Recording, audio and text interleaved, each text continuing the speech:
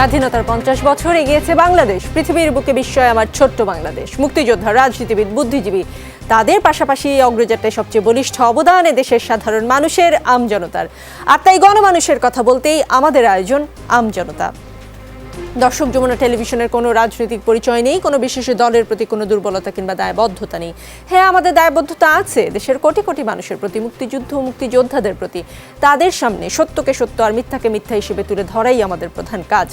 কোনো দল কিংবা রাজনীতিবিদকে আঘাত করা আমাদের লক্ষ্য নয়। আমাদের লক্ষ্য নিজেদের ভুলগুলো নিজেরা মিলে খুঁজে বের করা, এগিয়ে যাবার লক্ষ্যে বলবো আগামী সুন্দর বাংলাদেশ নিয়ে আমাদের সবার ভাবনার কথা। আর পুরো সময় আপনাদের সাথে আছি আমি রোকসানা আঞ্জুমান নিকোল। দর্শক, আমজনতার আজকের বিষয়ে কষ্ট কেবল আমজনতার। আলোচনার জন্য আমাদের সঙ্গে যুক্ত হয়েছেন শৌভিক আহমেদ দীপ। তিনি পেশাজীবী, কল্যাণপুর থেকে আশুলিয়া গিয়ে তিনি অফিস করেন।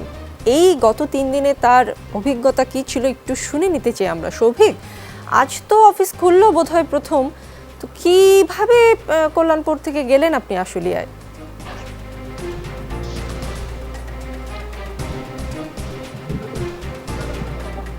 আনমিউট করে বলতে হবে শৌভিক।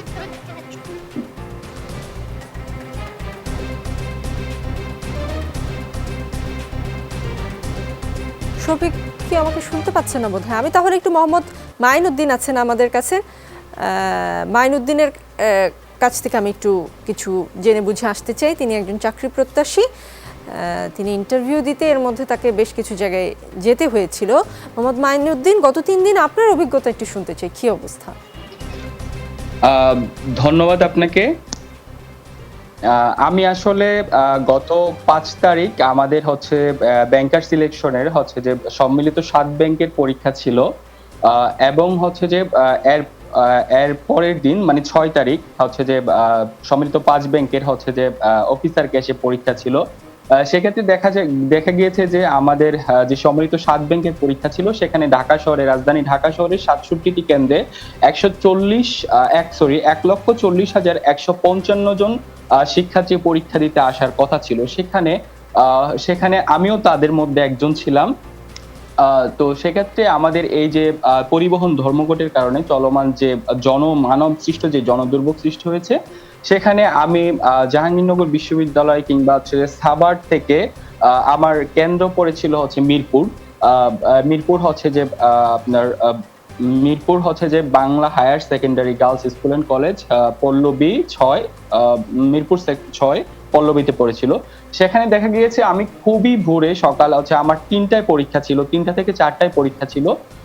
সেক্ষেত্রে আমি হচ্ছে খুবই ভোরে সকাল 7টায় এখান থেকে রওনা দিয়েছি সাভার থেকে। পথিমধ্যে আমাকে হচ্ছে যে কিছু রাস্তা পায়ে হেঁটে, কিছু রাস্তা হচ্ছে রিক্সা যোগে, কিছু রাস্তা হচ্ছে ছোট লেগুনা যোগে, এবং কিছু রাস্তা আমাকে রাইডার যোগে আমাকে কল্যাণপুর পর্যন্ত যেতে হয়েছে। এবং কল্যাণপুর থেকে আমাকে যেতে হয়েছে টেকনিক্যাল পর্যন্ত। টেকনিক্যাল থেকে আমি পায়ে হেঁটে মিরপুর 1 পর্যন্ত গিয়েছি। সেখান থেকে আবার হচ্ছে পায়ে হেঁটে মিরপুর 2 পর্যন্ত গিয়েছি। সেখানে এমন একটা অবস্থা ছিল যে রিক্সায় যাব সেই অবস্থাও ছিল না, যে রিক্সা পুরো রাস্তা জুড়ে রিক্সার যানজট ছিল, এবং আমার মাথায় ছিল যে আমাকে মাইনুদ্দিন, আপনি একটা পরীক্ষা দিতে যাচ্ছিলেন যেখানে আপনার আসলে চাকরি পাবেন কি পাবেন না, বা পরীক্ষাটা ভালো হওয়াটা জরুরি ছিল। এই অবস্থায় এই ভোরে রওনা হয়ে পৌঁছতে নিশ্চয়ই পরীক্ষাটা কেমন হবে সেটা নিয়েও এক ধরনের দুশ্চিন্তা ছিল। আপনার নিশ্চয়ই ভীষণ রাগ হচ্ছিল এই অবস্থার জন্য। রাগটা আসলে কার উপর হচ্ছিল বলেন তো মাইনুদ্দিন? রাগটা কার উপর হচ্ছিল? জি জি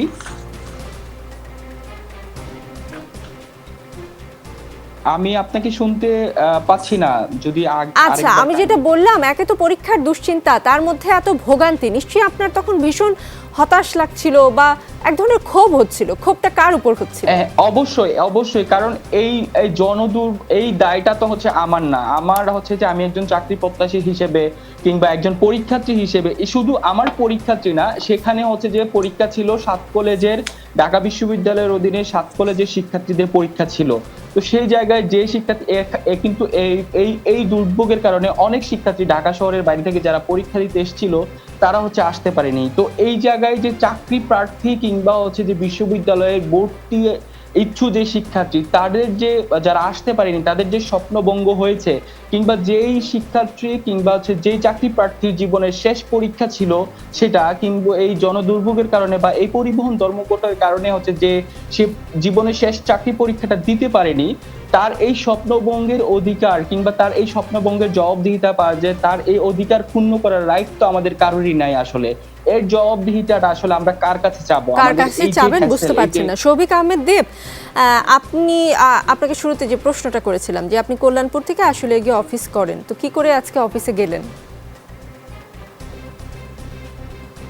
আমরা রেগুলার যে গণপরিবহন সেটা তো মানে এটা বেসিক্যালি আমরা আসলে বেসরকারি চাকরি করি। গতকালকে আমাদের অফিস ছিল, তো গতকালকে আমরা সেই একই প্রবলেম ফেস করেছি। তো যেটা আমার সাপোজ যদি আমার যেতে 100 টাকা খরচ হতো সেটা আজকে 300 টাকা লাগছে, এবং আসতেও আমাকে সেই একই ভোগান্তি পোহাতে হয়েছে। এই দুদিনের ভোগান্তির পর আজ যখন আবার শুনলেন যে কাল থেকে বাড়তি ভাড়ায় আপনাকে যেতে হবে, আপনার কেমন লাগছে? এটা তো আসলে বলতে গেলে মরার উপরে খাড়ার ঘা যাকে বলা হয়। এখন অ্যাকচুয়ালি দেশের সবকিছু মিলে সিচুয়েশন মানে ইকোনমিক্যাল কন্ডিশন আমার মনে হয় না কারোরই ভালো। দ্রব্যমূল্যের ঊর্ধ্বগতি, তার মধ্যে যদি এই ভাড়াটাও আমাদের দৈনন্দিন যে ভাড়াটা সেটাও যদি বেড়ে যায়, তো এটা আসলে সার্ভাইভ করা অনেক টাফ হয়ে যাবে আমাদের।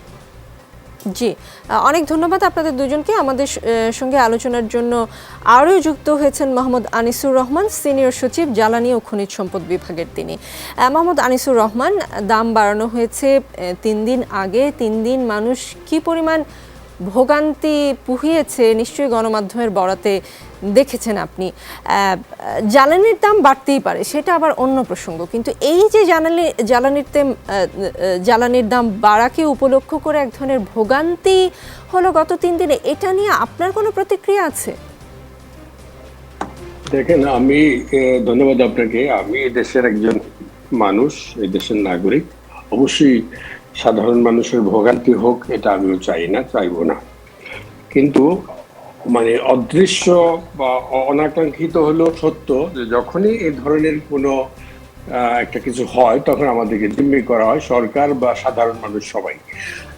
বিশ্বব্যাপী যেখানে জ্বালানির মূল্য অনেক বেশি, সেখানে আমরা সহনীয় পর্যায়ে যতদিন ছিলাম ততদিন আমরা দাম বৃদ্ধি বা সমন্বয় কোনোটাই করিনি, কিন্তু অসহনীয় পর্যায়ে যখন চলে গিয়েছে তখন আমরা করেছি। তারা যারা আজকে 3 দিন বা পরে যারা আজকে তারা জানতো, তাদেরকে বলা হয়েছিল যোগাযোগ মন্ত্রণালয়ের সড়ক পরিবহন মহাসড়ক বিভাগ থেকে বলা হয়েছিল যে আজ সকাল 11টায় বিআরটিএতে পরিবহন ভাড়া সংক্রান্ত একটা বৈঠক হবে। তারা কি করলো, সেই পর্যন্ত অপেক্ষা না করে তারা কিন্তু ধর্মঘটে চলে গেল, এবং আজকে দিনব্যাপী সকাল 11টা থেকে প্রায় 5টা পর্যন্ত, 5টার পরে আপনাদের মাধ্যমে, মিডিয়ার মাধ্যমে আমরা জেনেছি বা আমাদের প্রতিনিধি যারা ছিল তারাও জানিয়েছে যে এই হয়েছে। তো এটা তো ইচ্ছাকৃতভাবে তাদের সৃষ্টি। সে না হয় হলো। মোহাম্মদ আনিসুর রহমান, একটা বিষয় আপনার কাছ থেকে আমি একটু বুঝতে চাই, যখন জ্বালানির দাম বাড়ানো হয় তার আগে কি কি প্রভাব পড়তে পারে সেই বিষয়ে কি কোনো গবেষণা হয় না, বা সেই বিষয়ে কোথায় কোথায় আসলে ঝামেলাগুলো হতে পারে, কোথায় কোথায় জনগণের ভোগান্তি হয়, সেই বিষয়ে কি কোনো ধরনের গবেষণা হয় না, বা আগাম আপনারা ধারণা করতে পারেননি যে আপনারা যেদিন ঘোষণা দিলেন সেদিন রাত থেকে কার্যকর করলেন, তারপরে এমন অনাকাঙ্ক্ষিত পরিস্থিতির সৃষ্টি হতে পারে? আমরা ধারণা করতে পারিনি সেটা ঠিক বলবো না, কারণ এরকম হবে এটা অতীত হয়েছে। আমরা সেটাকে আমি আশঙ্কা করেছি বা ছিল, কিন্তু এই ভাড়া বৃদ্ধিটা কিন্তু আমার কাজ না, এটা আমাদের সরকারের যে কার্যপদ্ধতি, যে রুলস অফ বিজনেস বা অ্যালোকেশন বিজনেস আছে, সেখানে এক একটা মন্ত্রণালয় বিভাগের দায়িত্ব সুস্পষ্ট করা আছে। এই কাজটা কিন্তু আজকে যেটা হয়েছে এটা আমি চাইলেও আমি করতে পারবো না। সেটা নিশ্চয়ই, সেটা মনে হয় সবাই বোঝে। মোহাম্মদ আনিসুর রহমান নিশ্চয়ই সেটা বোঝে যে সেটা আপনাদের মন্ত্রণালয়ের কাজ একেবারেই নয়। তবে যেই মন্ত্রণালয়গুলো এটার সাথে সংশ্লিষ্ট ছিল তাদেরকে কি আগাম কোনো বার্তা দিয়েছিলেন যে এমন পরিস্থিতিতে এমন হতে পারে? তারা কি জানতো বিষয়টা, বা তাদেরকে আপনারা কোনো ধরনের আগাম পূর্বাভাস দিয়েছিলেন? যেন দেখেন, এই প্রশ্নগুলো আপনাকে করার অর্থ হচ্ছে গত 3 দিনে যা হয়েছে, যারা গাড়িতে চলাচল করে তারা হয়তো বুঝতে পারছে না, কিন্তু যেই লোকটাকে প্রতিদিন বাসে করে চলাচল করতে হয়, পাবলিক ট্রান্সপোর্ট ইউজ করতে হয়, তার গত 3 দিনে কি হয়েছে সেটা সেই বুঝবে। এই পরিস্থিতি এড়ানো যেত কিনা আগে থেকে একটু মানে সময় নিয়ে যদি দামটা বাড়ানো হতো? না, এখানে আপনার যেটা প্রচলিত নিয়ম, প্রচলিত গত 50 বছর বাংলাদেশে বয়স, 50 বছরে যতবারই এই মূল্যবৃদ্ধি হয়েছে জ্বালানি তেল বা এই ধরনের পণ্যের, সেইটা যেই পদ্ধতি অনুসরণ করা হয়েছে সকল পদ্ধতি অনুসরণ করেই যারা সরকারের সর্বোচ্চ পর্যায়ে যাদের যাদের জানা দরকার ছিল তাদেরকে সাথে আগেই বৃদ্ধির আগেই একটা বৈঠক বা অনানুষ্ঠানিক আলোচনা হয়েছিল। বৃদ্ধিটা কবে হবে এটা কখনোই প্রকাশ করা হয়নি। এটা দুইটা আশঙ্কা থাকে। একটা হচ্ছে যে মানে মজুদ করতে পারে, আমি যদি বলি যে আগামীকাল এতটা থেকে, এর মধ্যে কিন্তু একটা অবৈধ প্রবণতা থাকবে, মজুদ গড়ে তুলে মানে ব্যবসা করে ফেলা। তারা কয়েক ঘন্টা বা 1 ঘন্টার মধ্যে দেখা যাবে লক্ষ লক্ষ কোটি কোটি টাকার ইয়ে হচ্ছে। আরেকটা হচ্ছে যে জ্বালানি তেলের দাম পার্শ্ববর্তী দেশের সাথে যদি একটা বড় পার্থক্য আছে, সেখানে চোরাচালানির আশঙ্কা যেটা থাকে সেটাও বেড়ে যেতে পারে। এইসব কারণে সুনির্দিষ্টভাবে সময়টা কাউকে বলা হয় না, এটা একেবারেই কয়েকজনের মধ্যে সীমিত থাকে। সেইভাবেই কিন্তু আমরা করেছি। যখন আমরা প্রজ্ঞাপন জারি করেছি সেটা ছিল 3 তারিখ রাত প্রায় 9:45টার সময় প্রজ্ঞাপনটা প্রিন্ট হয়েছে এবং আমরা সাথে সাথে মিডিয়াতে দিয়েছি। 10 মিনিটের মধ্যে মিডিয়ায় চলে গিয়েছে, ইলেকট্রনিক প্রিন্ট মিডিয়া সব জায়গায় চলে গিয়েছে। এবং আমরা আমাদের যে ডিপোগুলো সেগুলি তখনই আমরা বন্ধ করে দিয়েছিলাম যাতে কেউ অতিরিক্ত উত্তোলন করতে না পারে, কৃত্রিম সংকট সৃষ্টি করতে না পারে। কাজে এখানে এটা যেটা হয়তো 3 দিনের ভোগান্তিটা আরেকটু শর্ট করা যেত, এটাও হতে পারতো। আরেকটা হচ্ছে যারা যারা আমি আগেই বলেছি, যারা পরিবহন শ্রমিক মালিক যারা আছেন তারা 3 দিন জনগণ ভোগান্তি হলে তারা 3 দিনে কি খুব বেশি বেনিফিটেড হয়েছে? তাদেরও তো লাভ লোকসানের একটা বিষয় আছে। আগামীকালকে তারা ঠিকই গাড়ি চালাবেন, বা গতকালকেই আমি যখন চট্টগ্রামে ছিলাম সেখান থেকে আসছি, চট্টগ্রামে শুনে আসছি যে তারা প্রত্যাহার করেছে। এটা এড়ানো সম্ভব ছিল, আমি মনে করি এড়ানো সম্ভব ছিল। তারা আগামীকাল ঠিকই গাড়ি চালাবেন, কিন্তু বাড়তি ভাড়াতেই চালাবেন। আসলে তাদের কতখানি ক্ষতি হয়েছে, আমজনতার কতখানি ক্ষতি হয়েছে সেটা বুঝবার একটু ব্যাপার তো আছেই। আমাদের সঙ্গে অধ্যাপক ডক্টর এম শামসুল আলম আছেন, উপদেষ্টা কনজিউমার্স অ্যাসোসিয়েশন অব বাংলাদেশ ক্যাবের তিনি। ডক্টর এম শামসুল আলম, আপনিও নিশ্চয়ই গত 3 দিন বেশ, যেহেতু আপনি এসব নিয়ে ভাবেন সবসময়, পর্যবেক্ষণ করেছেন। এই যে আমজনতার কষ্টটা হলো, জ্বালানি সচিব বললেন যে আসলে জ্বালানির মূল্য বাড়ানোর একটা নিয়ম আছে, যেন বেশি করে স্টক করে রাখা না যায়, সেজন্য খুব আগে থেকে জানানো হয় না। কিন্তু যারা যারা জানবার প্রয়োজন ছিল তারা আনুষ্ঠানিক বা অনানুষ্ঠানিকভাবে ঠিকই জেনে গেছেন। তাহলে কি কি পরবর্তীতে কি কি সমস্যা হতে পারে সেটা তো আগে থেকে, পূর্ব অভিজ্ঞতা থেকে আমরা জানি। তাহলে আগে থেকে ঠেকানো গেল না কেন? কি করা যেত এসব ভোগান্তি ঠেকানোর জন্য? প্রথমত হচ্ছে, যদি আমি এই যে কথাটা চাকরিপ্রার্থী বেকার যুবকদের মুখ থেকে শুনলাম বা চাকরিজীবীর মুখ থেকে শুনলাম, এ বিষয়টি বিশেষভাবে বেদনাদায়ক বা অনাকাঙ্ক্ষিত, এরকম অনেক কিছু বিশেষণ দিয়ে বিশেষায়িত করা যেতে পারত। কিন্তু এই সমস্ত প্রক্রিয়ায় কী ধরনের ব্যত্যয় বিপত্তি ঘটে থাকতে পারে এই বিষয়টি আসলে কোনো লেভেলেই কখনোই ভাবা হয়নি। কারণ এই সেক্টরে আমার 35 বছর কাজ করার অভিজ্ঞতা, যেটা সচিব মহোদয় সাহেব বললেন, উনি একটা কথা সঠিক বলেছেন যে ওনারা ট্রেডিশন ফলো করেছেন। 50 বছর ধরে যেভাবে তেলের দাম নির্ধারণ হয়ে আসছে ওনারা সেইটাই ফলো করেছেন। কিন্তু একটি বিষয় ওনারা ঠিক খেয়াল কেন করছেন না, এটা নিয়ে আমার খুব দুশ্চিন্তা হচ্ছে যে এর মধ্যে অনেক কিছু লিগ্যাল ট্রান্সফরমেশন হয়ে গেছে। 2003 সালে বিআরসি আইন আসার পরে সেই আইনে এমন কিছু রেগুলেটরি প্রভিশন তৈরি হয়েছে, সেখানে ভোক্তাদের কিছু অধিকারের স্বীকার করে নেওয়া হয়েছে, সুরক্ষা দেওয়া হয়েছে। এবং সেই সব জায়গাতে এই যে কথাগুলো উনি বললেন, যেটা গোপন রাখতে হবে, এ কারণে এই হবে, মজুদ হবে, এই সব বিষয়গুলো বললেন, এই কথাগুলো আমার ধারণা উনি উত্তরাধিকার সূত্রেই পেয়েছেন। সবসময় তেলের মূল্য বাড়ানোর সময় অতীতে, ওই যে বললাম যে 35 বছর ধরে একই কথা বলানো হচ্ছে। কিন্তু এটাও ঠিক, আপনি আনুষ্ঠানিক অনানুষ্ঠানিকভাবে তথ্যগুলো মন্ত্রণালয় থেকে বিবিসি থেকে কাগজে কোথায় কোন জায়গায় কী হবে এবং দাম বাড়ানো হবে সেটা প্রচার করার জন্য পাঠানো হয়েছে। অর্থাৎ মন্ত্রণালয় মাঠ প্রস্তুত করছে, বিবিসি মাঠ প্রস্তুত করছে যে তারা দাম বাড়াবে। তাহলে এই যে কনসিকুয়েন্সগুলো ভাবার যে বিচার বিশ্লেষণগুলো সেখানে কিন্তু আসেনি এবং কখনোই আসেনি। ট্রেডিশনালি যদি আমি বলি, উনি ঠিকই বলেছেন, এগুলো কখনোই হিসাব করা হয় না। বিআরসিতে যখন দাম বৃদ্ধির প্রস্তাব আসে তখন এলপিজি তো আসতো না, আদালতের নির্দেশে আসলো এবং সেটা এখনও কার্যকর হচ্ছে না। ব্যবসায়ীদের খুশি করেও দাম নির্ধারণ করেছে। ব্যবসায়ীরা নিজেরাই পরবর্তীতে দাম পরিবর্তন করার পরে বলেছে যে না, এবারকার দাম পরিবর্তনটা সন্তোষজনক হয়েছে। তারপরেও মাঠ পর্যায়ে দেখা যাচ্ছে যে সেই দামে বিক্রি হচ্ছে না, তার থেকে বেশি দামে বিক্রি হচ্ছে। এটা নিয়ে কিন্তু কারোর কোনো মাথা ব্যথা নেই। অর্থাৎ ভোক্তাদের ভালো মন্দ, রাষ্ট্রের প্রধান কাজ হচ্ছে ভোক্তার স্বার্থ সংরক্ষণ করা, জনস্বার্থ সংরক্ষণ করা।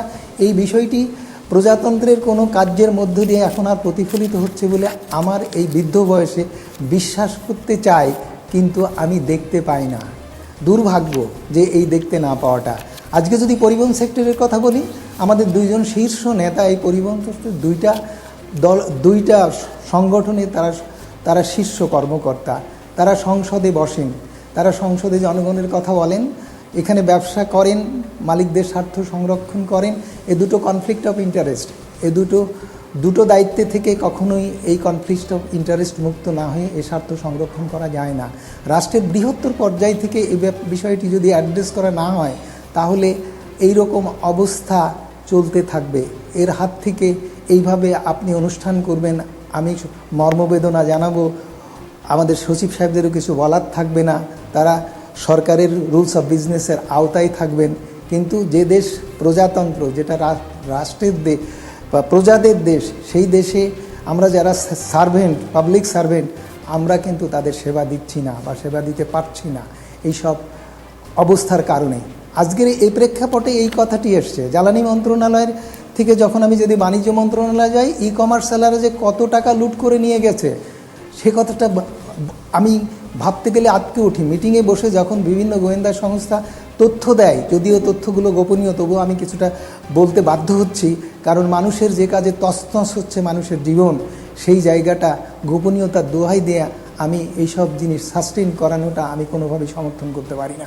সেখানে দেখা যাচ্ছে যে বাংলাদেশ ব্যাংক বলছে যে বহু টাকা মানি লন্ডারিং হয়ে চলে গেছে, কিছু টাকা আটকে রাখা হয়েছে, সেই টাকা অলরেডি সরকার তাদের মধ্যে ফেরত দেওয়ার ব্যবস্থা রয়েছে। শেয়ার বাজার থেকে এই অবস্থা হয়ে গেছে, কোথায় এই অবস্থাগুলো হচ্ছে না। তার মানে কি বিষয়টা এমন যে চাইলেই জনাব ডক্টর এম শামসুল আলম, যেহেতু এগুলোর কোনো বিচার হয় না, তার মানে চাইলেই যে কোনো জায়গায় আমজনতার ভোগান্তিটাকে ক্যাশ করে নিজেদের ফায়দা আদায় করা যায়। এখন আমি আর একটা কথা বলে আমার মনে হয়, আমি মশিউর রহমান রাঙা এখানে আসেন, ওনার সঙ্গে কোনো একটা টেলিভিশনে কথা হচ্ছিল, এই মূল্য তারা ভাড়া কত বৃদ্ধি করবেন, কেন করবেন, চাচ্ছেন কি ব্যাপার নিয়ে সেখানে কিছু কথাবার্তার মত বিনিময় হলো। তো উনি সেখানে প্রকাশ্যেই বললেন যে উনি আমার সঙ্গে বসবেন। আমি প্রত্যাশা করি যে উনি আমার সঙ্গে বসবেন। আমি মোটর মালিক সমিতির শীর্ষ নেতার সঙ্গে বসতে চাই না, আমি একজন সংসদের বিরোধী দলের নেতার সঙ্গে বসতে চাই, আমি জ্বালানি সচিবের সঙ্গে বসতে চাই, শাসন বিভাগের শীর্ষ কর্মকর্তার সঙ্গে বসতে চাই। ডক্টর এম শামসুল আলম, এখনো আমরা মশিউর রহমান রাঙ্গাকে পাইনি। তিনি যুক্ত হবার কথা ছিলেন কিন্তু তিনি এখনো যুক্ত হতে পারেননি।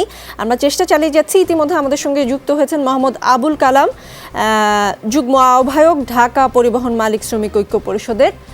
মোহাম্মদ আবুল কালাম আজাদ যুক্ত হয়েছেন, তিনি কার্যকরী সভাপতি, ঢাকা সড়ক পরিবহন মালিক সমিতির। তার কাছ থেকে আমি একটু জানতে চাই যে এই যে ভাড়া বাড়ানো হলো 3 দিনের ভোগান্তি শেষে, আসলে কি আপনারা ভাড়া বাড়ানোর জন্যই এই 3 দিন জনগণকে জিম্মি করে রেখেছিলেন? জিম্মি শব্দটা আসলে আমাকে ব্যবহার করতেই হচ্ছে, যে পরিমাণ ভোগান্তি গণমাধ্যম কর্মী হিসেবে আমরা দেখেছি।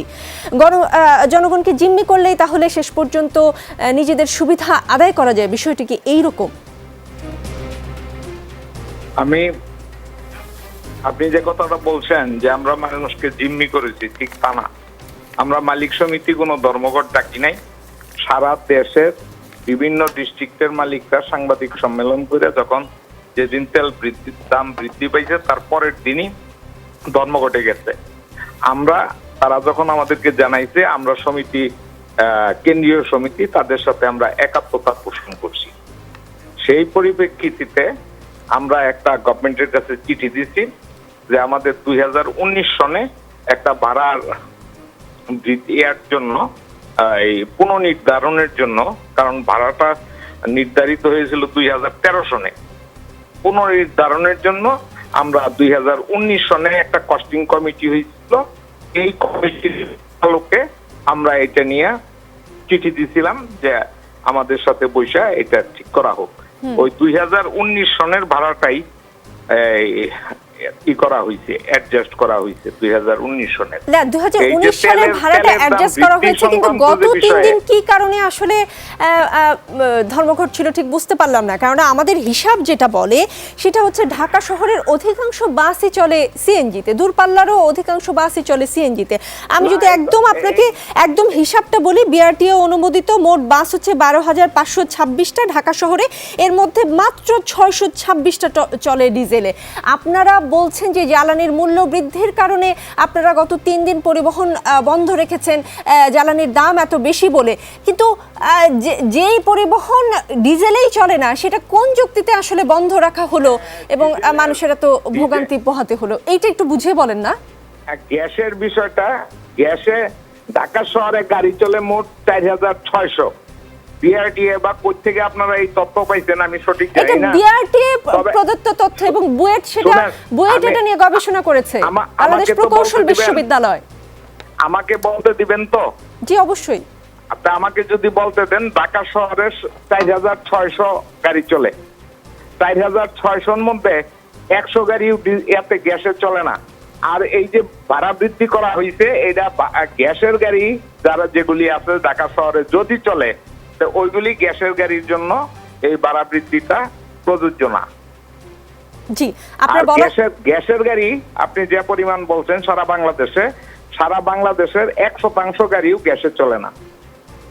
জি, আমার তাহলে বাংলাদেশ প্রকৌশল বিশ্ববিদ্যালয়ের সঙ্গে একটু ক্রস চেক করে নিতে হবে তথ্যটা আসলে তারা কেন দিয়েছে, কিভাবে দিয়েছে। কিন্তু আপনাকে যে প্রশ্নটা আমি করতে চাই, বিআরটিএ তে রেকর্ড আছে এবং এইগুলি যে গ্যাসের ইঞ্জিনগুলি, এই একটা ইঞ্জিনও বাসের ডেডিকেটেড ইঞ্জিনে আসে নাই, সব কনভার্সন করা, বাসে ডিজেল থেকে বাসে কনভার্সন করা। এগুলি আবার যখন ইঞ্জিন নষ্ট হয়ে গেছে, এর 95% গাড়ি ওই ইয়ার থেকে আপনার গ্যাসের থেকে আবার ডিজেলে কনভার্সন করা হয়েছে। আচ্ছা, এটা নিয়ে আসলে আমাদের তর্ক না, তর্ক যেটা আগামীকাল ধরেন 100 গাড়ি, আপনার তথ্য যদি আমি ঠিক বলে নেই যে 100 গাড়ি সিএনজিতে চলে, 100 গাড়ি তো চলে, 100-র মতো গাড়ি যেগুলি আছে ওগুলিও চলে না, ওগুলি চলার মতো যোগ্যতা হারিয়ে ফেলাইছে অনেক আগেই। তাহলে আমরা, আচ্ছা আমি সব বাদ দিলাম, সব তথ্য উপাত্ত বাদ দিলাম,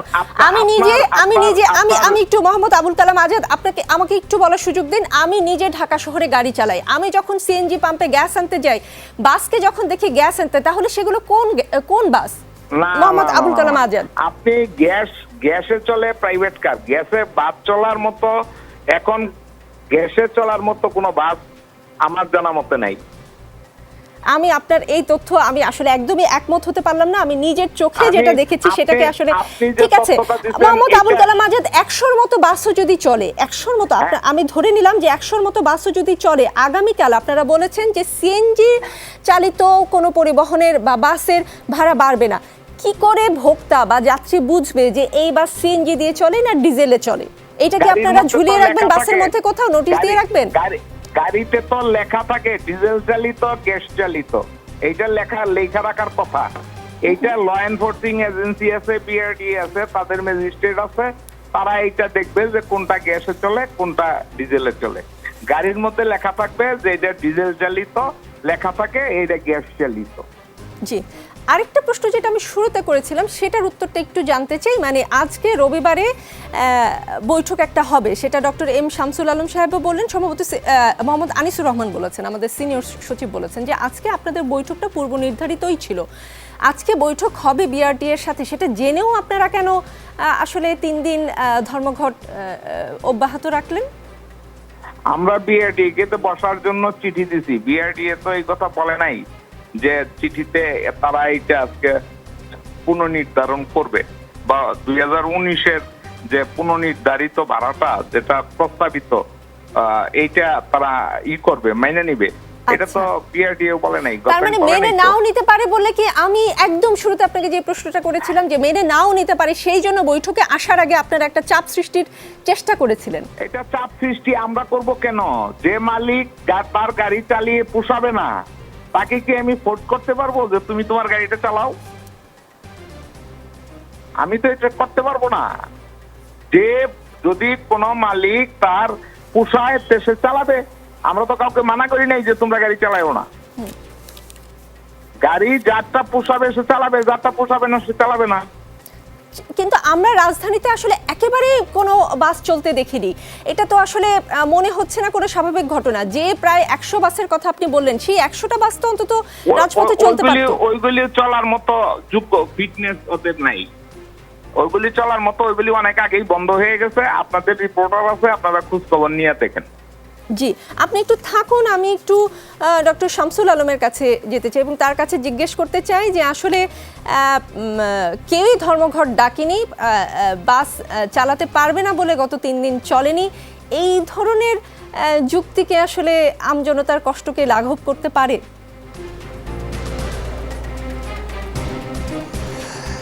না, আমজনতার কষ্ট, আমি তো আগেই বলেছি যে আমজনতার কষ্টের কথাটা কেউ কারো জায়গায় থেকে ভাবেনি, ভাবে না, ভাবছে না। যে কথাগুলো আসছে মালিক পক্ষের তরফ থেকে বা আমরা যে প্রসঙ্গ নিয়ে আলোচনা করছি, আমি সেই জায়গাটা আরেকটা জায়গায় দৃষ্টিপাত করতে চাই। মালিক পক্ষরা লাইসেন্স, সরকারের লাইসেন্স নিয়ে তারা রোড পারমিট নিয়ে তারা চাকরি করে, মানে তারা বাস চালায়, জনগণের সেবা দেয়। তাদের মধ্যে কোনো ব্যত্যয় এবং বিপত্তি করলে সেটা যদি আইনের পরিপন্থী বলে বিশেষত বিআরটিএ মনে করে বা যোগাযোগ মন্ত্রণালয় মনে করে, তাদের বিরুদ্ধে ব্যবস্থা নেওয়ার এখতিয়ার আছে।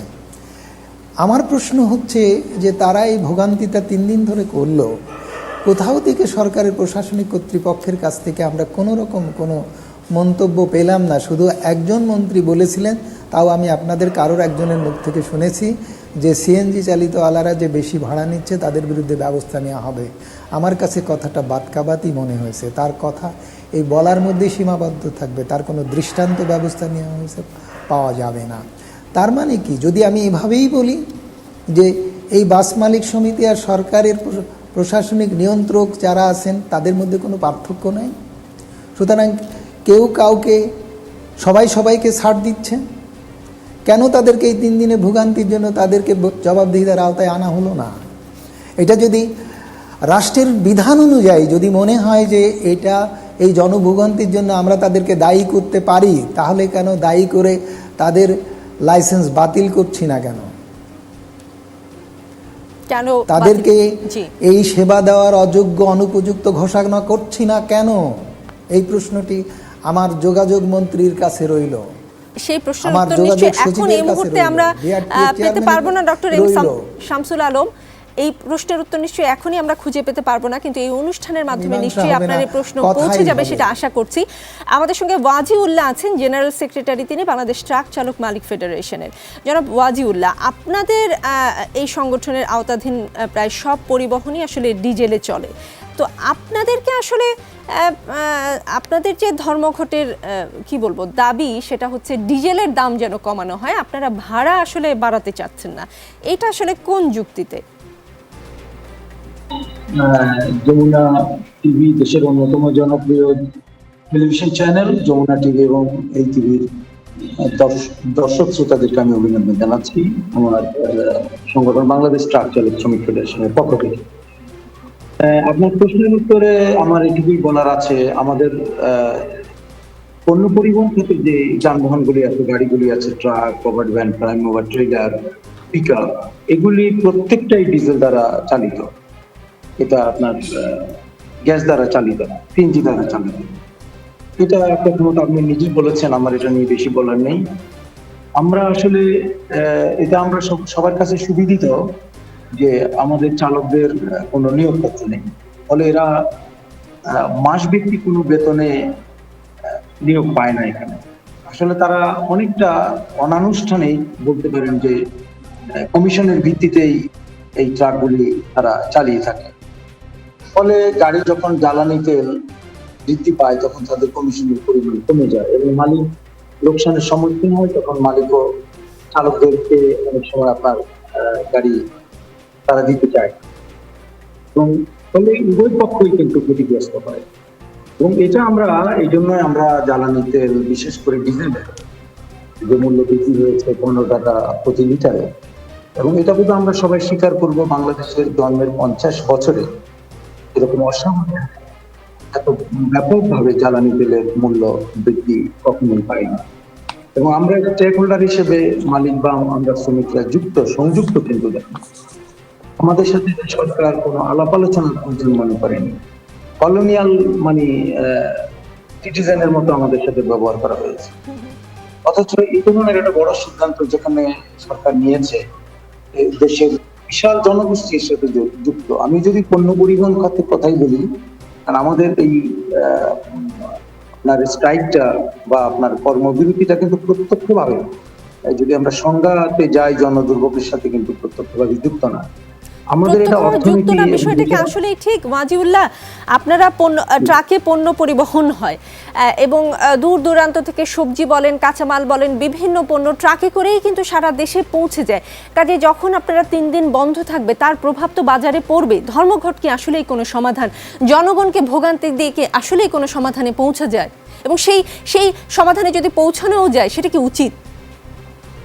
প্রতিদিন পোষণ করবো না, আমি একটুখানি বলি, এই কর্মবিরতিটা কিন্তু কোনো সুপরিকল্পিত এবং পূর্ব পরিকল্পিত নয়। আপনি নিশ্চয়ই জানেন যে রাত 12টা 1 মিনিট থেকে আমরা তার মাত্র কয়েক ঘন্টা আগে সারা দেশবাসী অবগত হয়েছে যে জ্বালানি তেলের মূল্য বৃদ্ধি করেছে, এবং এটা স্বতঃস্ফূর্তভাবে চালক মালিকরা, সারা পরিবহন মালিক শ্রমিকরা কিন্তু পরদিন থেকে সংগঠনকে কোনো প্রকার জিজ্ঞাসা ছাড়া, সংগঠনের কোনো প্রকার উপর থেকে সিদ্ধান্ত ছাড়াই কিন্তু তারা গাড়ি বন্ধ করে দিয়েছে। আমরা সংগঠন করি বলে আমাদের গ্রিপের বাইরে এবং শৃঙ্খলার বাইরে যাতে আমাদের মালিক শ্রমিকরা না যায়, আমরা তাদেরকে রিপ্রেজেন্ট করি, আমরা সেজন্য তাদেরই কর্মবিরতির সাথে আমরা নিজেদেরকে সাংগঠনিকভাবে যুক্ত করেছি বলে সত্য কথা। আমরা কিন্তু এটা চাই না, এবং এটা জনদুর্ভোগ। এই যুক্তিটা ওয়াজিউল্লাহ সাহেব, এই যুক্তিটা আমি মানতে পারলাম না। আপনারা যেহেতু সংগঠনের নেতা, সংগঠনে যারা মালিক শ্রমিক আছেন তারা আসলে কোনটা সঠিক সিদ্ধান্ত নিচ্ছে, ভুল সিদ্ধান্ত নিচ্ছে, তাদেরকে পরিচালনা করার দায়িত্ব আপনাদের। কিছুতেই জনভোগান্তি হবে এমন কোনো কার্যক্রমে একাত্মতা প্রকাশ করাকে অন্তত আমি গণমাধ্যম কর্মী হিসেবে আসলে মেনে নিতে পারছি না। জনভোগান্তি যেটাতে হবে, আপনি নিশ্চয়ই পরবর্তীতে এটা নিয়ে কথা বলবেন। আমি একটু মোহাম্মদ আনিসুর রহমান সাহেবের কাছে যেতে চাই আপনারই একটা প্রসঙ্গ নিয়ে। মোহাম্মদ আনিসুর রহমান সাহেব, ওয়াজিউল্লাহ সাহেব কি বলেছেন আপনি নিশ্চয়ই শুনেছেন। হঠাৎ করে এই যে তাদের কাছে পৌঁছলো বার্তাটা যে জ্বালানির মূল্য বৃদ্ধি হয়েছে, এটাতেই তাদের শ্রমিকরা আসলে স্বতঃস্ফূর্তভাবে ধর্মঘট পালন করছেন। আপনি বলেছেন 50 বছর ধরে এভাবেই আসলে জ্বালানির মূল্য বৃদ্ধি হয়। এই ট্র্যাডিশন নিয়ে কি আপনারা কি একটু নতুন করে ভাববার কোনো প্রয়োজন বোধ করছেন কিনা? কেননা দিন শেষে সবাই, আপনি পরিবহন মালিকের কথা বলেন, যাদের কথাই বলেন, দিন শেষে সবাই আসলে নিজেদের একটা বুঝে ঠিকই পায়, কিন্তু মাঝখান থেকে জনগণের ভীষণ ভোগান্তি হয়। নতুন করে ভাববার কোনো সুযোগ আছে কিনা? দেখেন, এটা আসলে যে কথাটা বললেন, এটা এককভাবে আমি এটার সাথে এই মুহূর্তে কোনো মতামত দিতে পারবো না, কারণ এটা একটা পলিসিগত ইস্যু। সারা বিশ্বেই কিন্তু এই ইমার্জেন্সি নেসেসিটি এটা বা পলিটিক্যাল নেসেসিটি হিসাবে বিবেচিত হয় এই ধরনের কাজগুলি দিয়ে, এবং পলিটিক্যাল ডিসিশনটাই হলো একটা পলিটিক্যাল গভর্নমেন্ট থাকে, পলিটিক্যাল গভর্নমেন্টের ডিসিশন। কাজে এখানে আমি নতুন করে কিছু যুক্ত করতে চাই না। এখানে যদি সরকার সবার সাথে আলোচনা করে করতে চায়, ট্রেডিশন ব্রেক করে যদি আসতে চায়, সেটা করতে পারে। সেক্ষেত্রে আমি এককভাবে এই বিষয়ে কিছু বলতে চাই। আমার একটা প্রশ্ন ওয়াজিউল্লাহ সাহেবের কাছে, ওনারা যে আজকেও ওনারা একমত হন নাই যে তেলের দাম না কমানো হবে, ডিজেলের না কমানো, ওনারা প্রত্যাহার করবেন না। এই সিদ্ধান্তে ওনারা অটল থাকতে পারবেন কিনা, বা যদি থাকেন, অথবা যদি ওনারা এই সিদ্ধান্তের থেকে সরে আসেন, সেক্ষেত্রে কার লাভটা হলো, কার বিরুদ্ধে কে দাঁড়ালাম?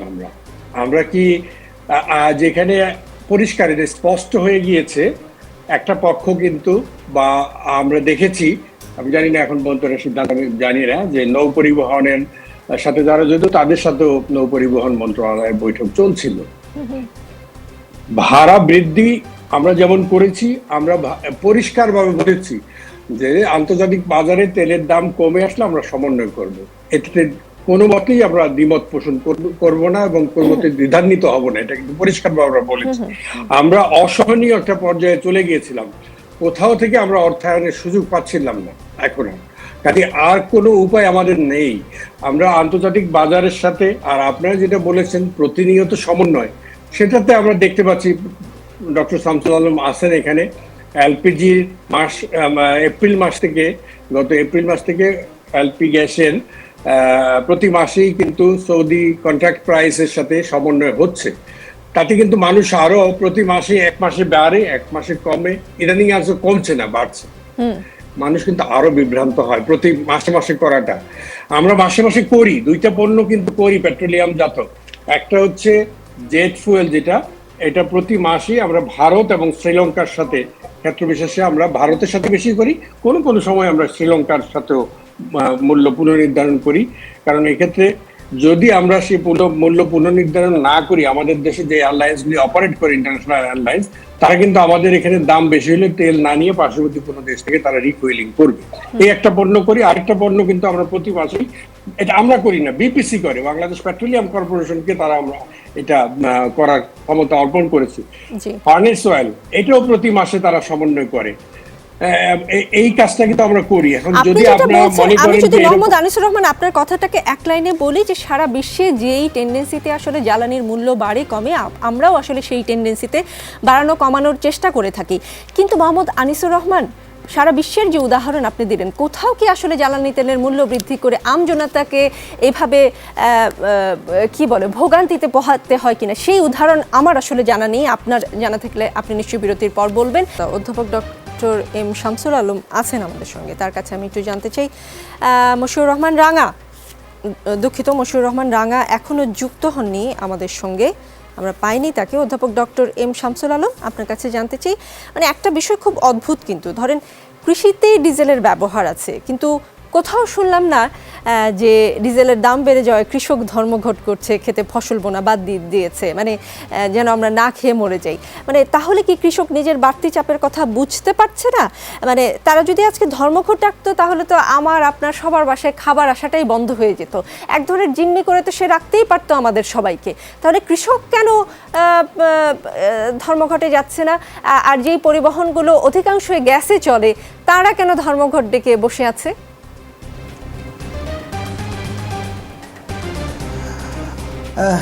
এখন এই দুটো জায়গায় আমার পক্ষে মন্তব্য করা কঠিন, তবে কৃষকের ব্যাপারটা বলতে পারি। ডিজেলের জন্য পুলিশের গুলি খেতে হয়েছিল কৃষককে, এটা আপনাদের মনে আছে কিনা জানি না। এই দশকের বলা যেতে পারে এই শতাব্দীর প্রথম দশকে।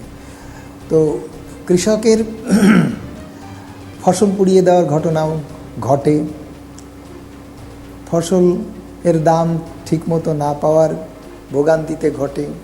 কৃষকের ফসল যখন বাজারে আসে, তখন ঘাটে ঘাটে কীভাবে পুলিশ থেকে আরম্ভ করে, চাঁদাবাজ থেকে আরম্ভ করে চাঁদা দিতে দিতে আসতে হয়। সে পয়সাটা কৃষকের ঘরে যেতে পারত, অথবা সে পয়সাটা না আদায় হলে মানুষের ভোক্তাদের পকেট থেকে একটু কম পয়সা যেত। এ কথাটা প্রায় সব সময়ই বছরের পর বছর ধরে বলে এসছি। কিন্তু যাদেরকে যেসব প্রতিষ্ঠানের উপরে এইসব নিয়ন্ত্রণের দায়িত্ব দেওয়া হয়েছে, রক্ষার দায়িত্ব দেওয়া হয়েছে, তাদেরকে বরাবরই নির্বিকার দেখেছি। তাদেরকে পেনশনের টাকা গুনতে হয়েছে, তাদেরকে বেতনের টাকা গুনতে হয়েছে, তাদেরকে ঘুষের টাকা গুনতে হয়েছে। এই অবস্থার যদি আপনি অব্যবস্থা হিসেবে স্বীকার করেন, তাহলে আজকের যে অব্যবস্থাটা সেটাও আপনাকে মেনে নিতে হবে।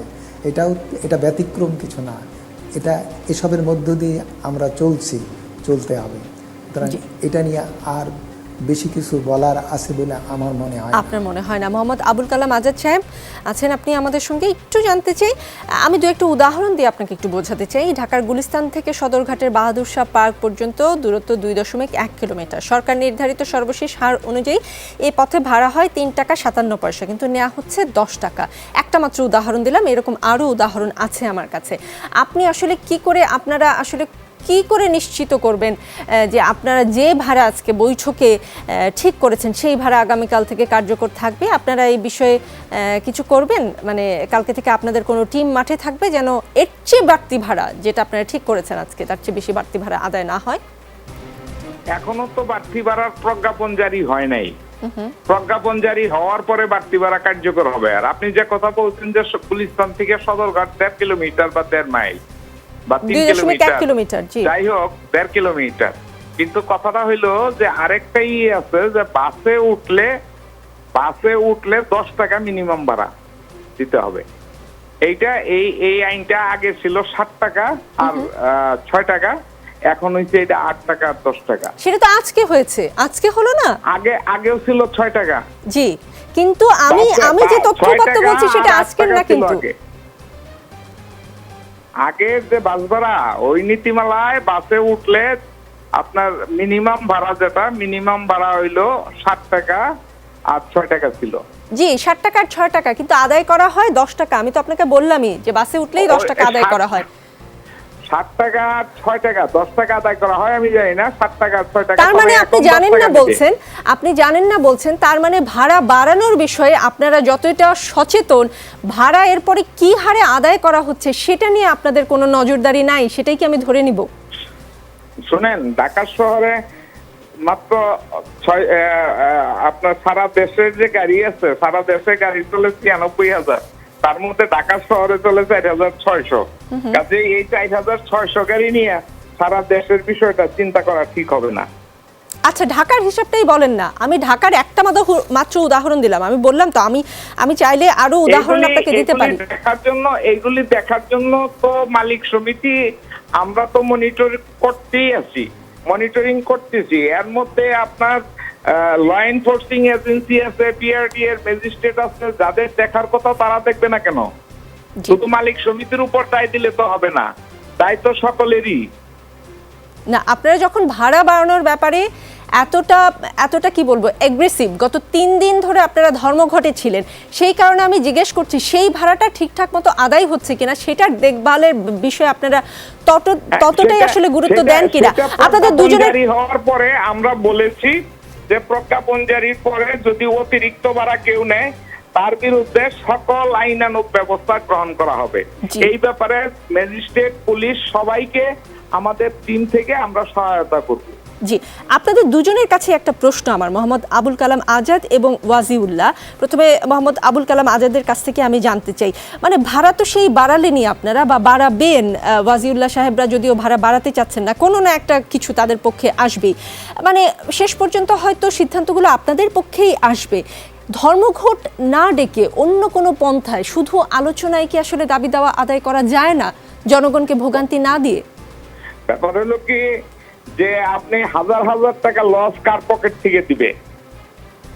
হাজার টাকা লস দিয়ে তো কেউ ব্যবসা করবে না, কেউ গাড়ি চালাবে না। এখানে তো টাকা কথাটা হইছে, প্রশ্নটা হইছে লসের। আমি সেবা দিব তার মানে এই না যে আমি আমার এইটাতে লস ঘরের থেকে টাকা নিয়ে বা অন্য কোনো কিছু বিক্রি করে আমি লস দিব, তা তো সম্ভব না।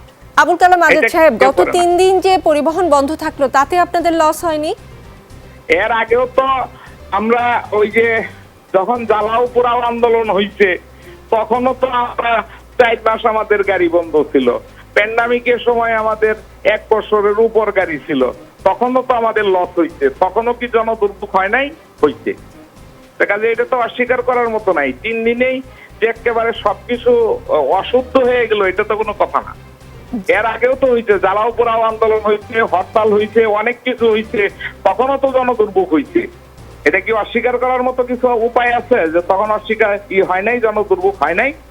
তখন কিন্তু আসলে লোকজনের বাইরে বের হওয়ার যে বিষয়টা, ইস্যুটা আর এখনকার ইস্যুটার সাথে মেলালে তো হবে না। এখন সবাইকে অফিস করতে হয় নিয়মিত।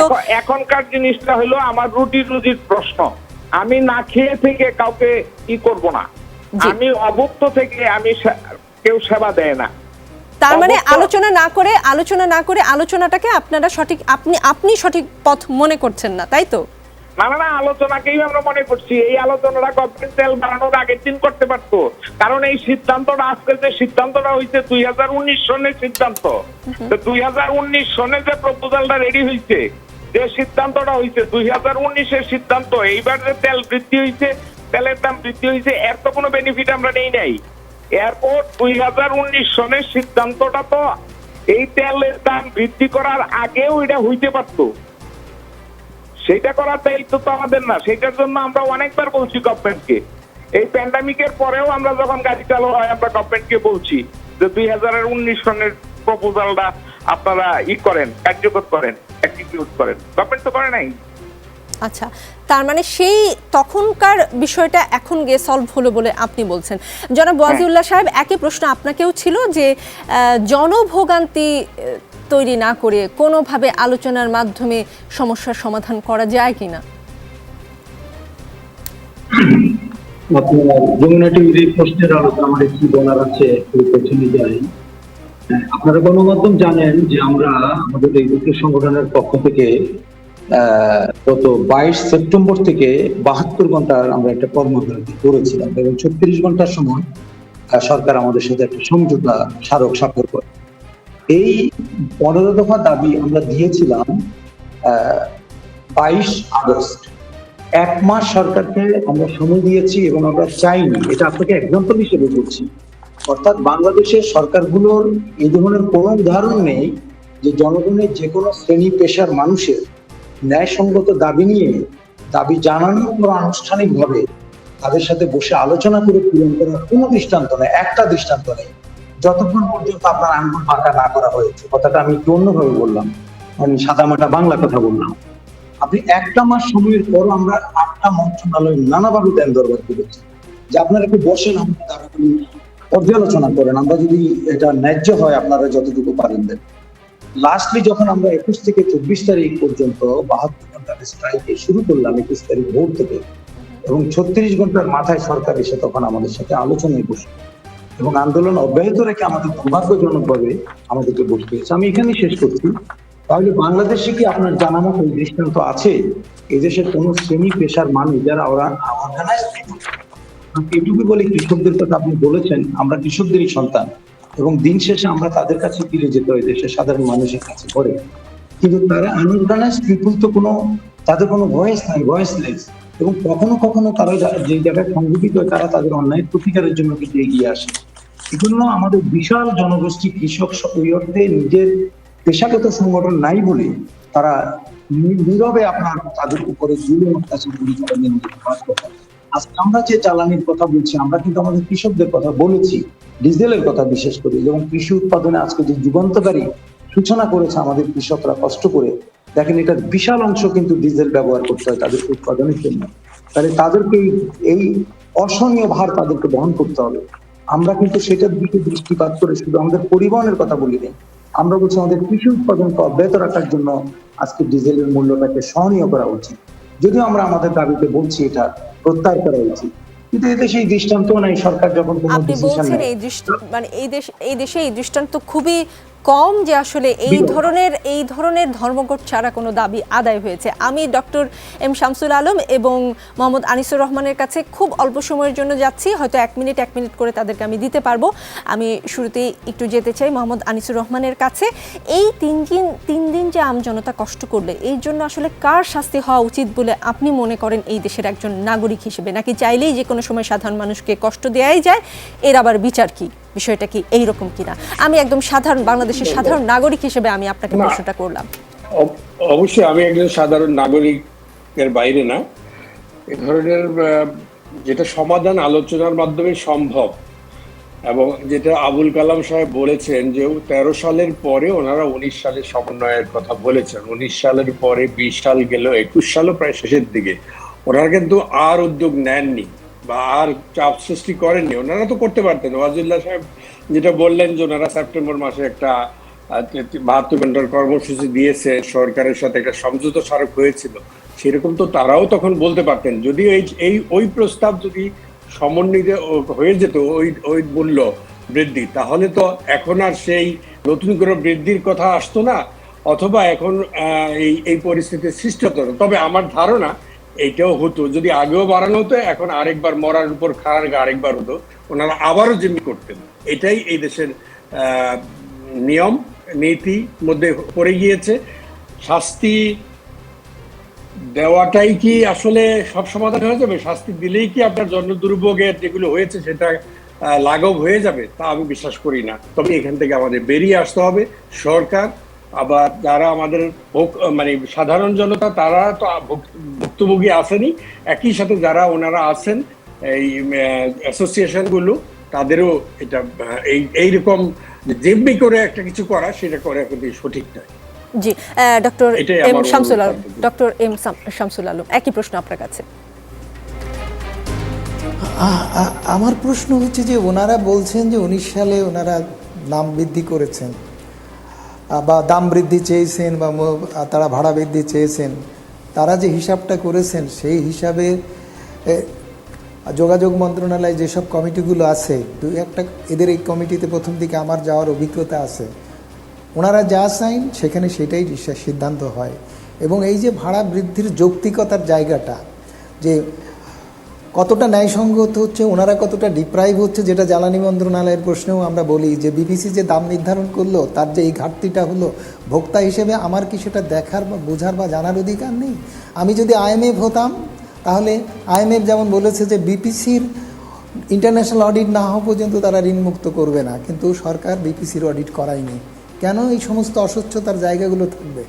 এখন আমার প্রশ্ন হচ্ছে যে ভাড়া নির্ধারণটা একেবারে টু দি পয়েন্টে গণশুনানির ভিত্তিতে আপনি আপনার জায়গাটা বলেন, আমরা আমাদের জায়গাটা দেখি। আপনার যদি কোথাও ঘাটতি থেকে থাকে আমরাই বলবো ভাড়া বৃদ্ধি করে দেন। কিন্তু আমার এই বিআরটিএ সম্পর্কে খুবই করুণ অভিজ্ঞতা আছে। যখন 3 টাকা কমানো হলো ডিজেলের দাম, তখন আপনারা পার কিলোমিটার 1 টাকা বলেছিলেন, 1 পয়সা করে বাড়বে। আজকে 52 পয়সা যখন বাড়ানোর কথা আপনার বশির রহমান রাঙা সাহেব বললেন, তখন আমি তাকে বললাম যে যখন কমে তখন যদি 1 পয়সা করে কমে, যখন বাড়ে তখন যদি 1 পয়সা করে বাড়ে, তাহলে তো আপনি 15 পয়সা পাবেন, 52 পয়সা কী করে পাবেন? এই হিসাবটা আমার একটু দয়া করে দেন। আমি এখানে বিতর্ক করতে চাই না। মালিক সমিতি, শ্রমিকরা খুবই কষ্ট করে পরিবহন খাতে চালায়, আমি তাদের জন্য খুবই মর্মাহত যে তাদের একদিন না চালালে তাদের একদিনের পেটের ভাত হয় না, তাদের আমরা সুরক্ষা দিতে পারছি না। এসব বিষয়গুলো আমাদের রাষ্ট্রীয় পর্যায়ে ভাবা দরকার।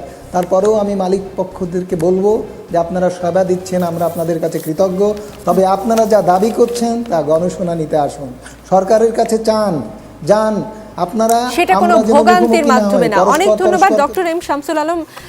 আমি আপনার কথা শুনতে পাচ্ছি না, তবে যতটুকু শুনেছি সেটা বুঝতে পেরেছি যে কোনো ভোগান্তিতে আসলে সমাধান করাটা আর চলতে দেওয়া উচিত নয়। সবাইকে অনেক ধন্যবাদ। আমজনতার সাথেই থাকুন। আমজনতার শক্তি, বড় শক্তি।